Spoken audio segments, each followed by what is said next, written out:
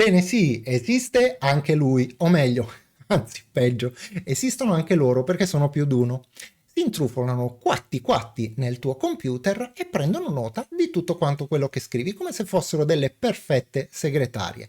E quindi si copiano le tue conversazioni private, le chat, password, credenziali di accesso, email, insomma qualsiasi cosa ti venga in mente, salvo poi prendere tutti quanti questi dati e spedirli ad un perfetto sconosciuto che solitamente è anche un malintenzionato con tutto ciò che questo comporta. Ma non basta. Ultimamente sono anche diventati in grado di eseguire qualsiasi comando in maniera completamente silente e invisibile sul tuo PC, prendendone di fatto il controllo completo. Recentemente stiamo assistendo ad una vera e propria escalation esponenziale di questi attacchi, come vedremo a breve, che tuttavia sono anche abbastanza facili da contrastare se sai come fare. E quindi che cosa stiamo aspettando? Andiamo a vedere insieme come si fa e se ti senti pronto, iniziamo. Il 13 di maggio la rivista Bank Info Security, che naturalmente possiamo facilmente capire dal nome si occupa di sicurezza bancaria a livello internazionale, avvertiva tutti quanti del fatto che gli hacker hanno iniziato a nascondere i keylogger, ovvero la macrocategoria di malware di cui ci occuperemo oggi, nei file immagine SVG, un particolare tipo di file immagine, e che si tratta in realtà di un malware di tipo RAT, ovvero Remote Access Tool, e cioè uno strumento che consente l'accesso remoto al nostro computer. Senza dilungarci eccessivamente nella lettura approfondita di questo articolo, ti ho evidenziato il pezzo che per il momento ci interessa di più, che ci dice che questi criminali informatici stanno nascondendo il malware nei file immagine di cui abbiamo appena parlato per eludere l'individuazione e soprattutto installare sui computer delle vittime dei ransomware, dei trojan bancari e del malware in genere. Ed invece è proprio della mattina in cui sto registrando questo articolo di Essi Media che ci informa che diversi keylogger sono stati veicolati attraverso una falla di sicurezza sui server di Microsoft Exchange sui PC di altrettanti ignari utenti. Andiamo bene, proprio bene. E c'ha ragione la sorella, ma a questo punto è sicuramente il caso di capirne un po' di più su questi keylogger e magari possiamo farlo utilizzando questo articolo di Punto Informatico che non a caso è uscito anch'esso proprio il 21 maggio scorso. L'articolo si chiama proprio Virus della tastiera PC. Come bloccarlo? E naturalmente, come sempre, te ne ho evidenziato solo i passaggi salienti, in modo tale da capire insieme che cos'è esattamente questa minaccia, ma anche e soprattutto come possiamo difenderci. Una delle minacce meno conosciute ma molto pericolosa è il virus della tastiera, che noi adesso chiamiamo keylogger, un tipo di malware progettato per infettare i computer e causare comportamenti anomali nell'uso della tastiera, come l'input di comandi indesiderati o la digitazione automatica di testi. Inoltre questo articolo ci promette di mostrarci quali segnali di allarme dovrebbero metterci in allerta e farci capire quali sono i sintomi di questo tipo di attacco. In realtà nell'articolo questa cosa non viene assolutamente chiarita ed un altro punto che ci tengo ad evidenziare è che la maggior parte dei keylogger invece sono completamente silenti e quindi non sarà assolutamente possibile, a meno di non mettere in atto le contromisure opportune, accorgersi della presenza del malware sul PC. Ma che cos'è questo virus della tastiera impazzita? Si tratta di un virus che blocca la tastiera, noto anche come keylogger in termini tecnici, ed è un tipo di malware e spyware progettato specificamente per infiltrarsi nei sistemi informatici al fine di registrare e monitorare le pressioni dei tasti sulla tastiera di un computer. Questo virus agisce di nascosto, catturando ogni pressione dei tasti effettuata dall'utente, dalle password ai messaggi privati, per trasmetterle a terzi non autorizzati. Ma questo lo avevamo già capito. Ma entriamo nel vivo e andiamo a vedere come si può essere infettati da un keylogger. L'infezione da un virus della tastiera, come qualsiasi altro tipo di malware, può avvenire attraverso vari canali, che poi sono sempre i soliti canali canonici, ad eccezione di uno, ovvero il classico download di software infetto e quindi scaricato da fonti non affidabili oppure da siti web non sicuri, Gli allegati di posta elettronica, e quindi quelli che troviamo sulle mail sospette e che ormai abbiamo imparato bene, o almeno spero, come gestire, i link malevoli, ovvero quei classici collegamenti che troviamo all'interno dei messaggi di posta elettronica oppure sui social media che una volta cliccati ci fanno aprire siti di dubbia natura che solitamente possono essere veicolo di infezioni, ma anche e soprattutto i cosiddetti drive-by downloads.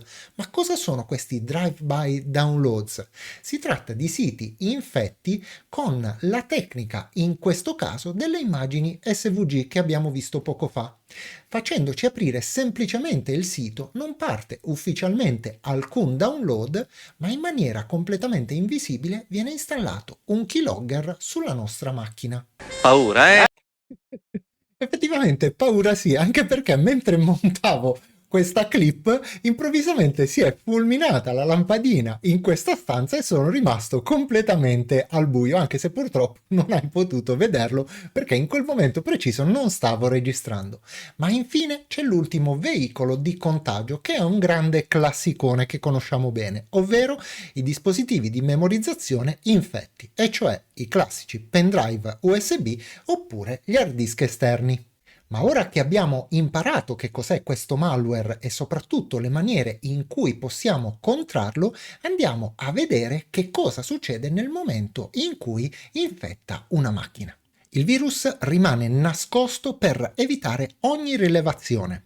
La sua principale funzione è quella di registrare sistematicamente tutti quanti i tasti che vengono premuti sulla tastiera, salvo poi archiviare segretamente dei dati sensibili. Parallelamente può manipolare le funzioni della tastiera causando comportamenti imprevisti come l'apertura spontanea di applicazioni, la digitazione di testi non sollecitati o ancora l'esecuzione di comandi automatici. Ma attenzione, perché ci tengo tantissimo che una cosa sia assolutamente cristallina, ovvero questi sintomi sono rarissimi quando si contrae un keylogger e nella maggior parte dei casi non c'è assolutamente modo, a mio avviso, di accorgersi della sua presenza. Questo malware agisce in maniera furtiva, utilizzando queste informazioni per compiere azioni senza che l'utente se ne accorga. Il suo funzionamento si basa sull'automazione di questi processi che garantiscono la continua cattura e trasmissione di dati fino alla sua individuazione e rimozione dal sistema, che purtroppo tuttavia non sempre avviene, ma andiamo a vedere invece quali sono i rischi rappresentati da questa infezione. Questa tipologia di virus si inserisce discretamente nei sistemi informatici e comincia a monitorare e registrare ogni battitura effettuata sulla tastiera. È progettato per catturare e inviare a un hacker esterno tutte le informazioni digitate, come password, dati finanziari e conversazioni private. Ok, tutto molto bello, ma alla fine le cose importanti sono innanzitutto capire come possiamo evitare di contrarre questo malware ed in secondo luogo come fare a scoprire se per caso siamo stati infettati ed eventualmente ad eliminarlo. E io te lo dico subito. Innanzitutto, per evitare di contrarre questo malware, le regole sono poche e semplici. La prima regola in assoluto è quella di avere sempre il proprio browser e il proprio sistema operativo aggiornati, ad eccezione di quegli aggiornamenti che, come abbiamo visto, ci accoppano il computer e di cui parleremo molto probabilmente domenica prossima, perché ce n'è uno particolarmente insidioso all'orizzonte. In secondo luogo, la cosa da fare è avere sempre un antivirus e un antimalware a disposizione, possibilmente installati contestualmente sulle nostre macchine. Ed in terzo luogo, ma fondamentale, utilizzare delle VPN, perché le VPN sono lo scudo assoluto nei confronti dei keylogger, perché un keylogger non è in grado né di entrare né di uscire da una VPN. Anzi, visto che stiamo parlando di VPN, ti dico che se riesco, sempre nel video di domenica prossima, ti parlo di un qualcosa che interessa le VPN e che concerne proprio il problema Tunnel Vision, di cui abbiamo parlato in un video precedente. Gli strumenti fondamentali che devi assolutamente utilizzare per l'individuazione e la rimozione eventuale dei keylogger sono, come abbiamo già capito, gli antivirus da un lato, gli antimalware dall'altro. Per quanto concerne gli antivirus, io solitamente consiglio, a livello gratuito si intende, poi se vuoi acquistare un antivirus a pagamento sei liberissimo di farlo, Windows Defender oppure Bitdefender. Per quanto concerne invece gli antimalware, il mio consiglio cade solitamente su Malwarebytes anti-malware oppure Super Anti-Spyware. In passato abbiamo parlato in altri video di tutti quanti questi strumenti, ma siccome sarebbero troppi da linkare in alto come faccio di solito, te li lascerò nella descrizione di questo video. Quello che invece ti voglio assolutamente linkare qui in alto è la descrizione di come effettuare una scansione offline per mezzo di Windows Defender. Perché lo faccio? Perché a mio avviso Windows Defender con la scansione offline è lo strumento in assoluto più efficace al mondo per la rimozione dei keylogger. Per il resto valgono sempre gli stessi consigli, ovvero devi stare muto, basso profilo, chiappe strette e sperare in Dio.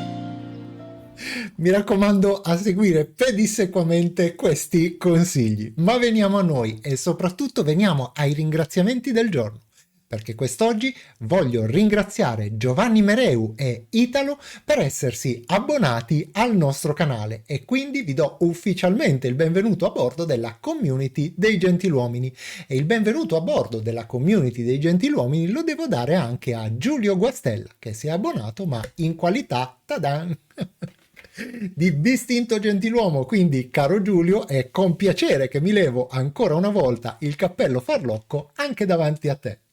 Un altro ringraziamento specialissimo voglio rivolgerlo a Mario Loreti che con il suo super grazie ha voluto sostenere la nostra community e mostrarci la sua vicinanza, quindi grazie infinite anche a te caro Mario. E rimane un ultimo ringraziamento da fare, attenzione perché è un ringraziamento che viene sempre per ultimo ma non è meno importante dei precedenti e cioè è quello destinato proprio a te che hai guardato questo video, mi hai fatto compagnia nel corso di questi minuti e detto questo non mi resta che salutarti e come di consueto darti appuntamento alla prossima.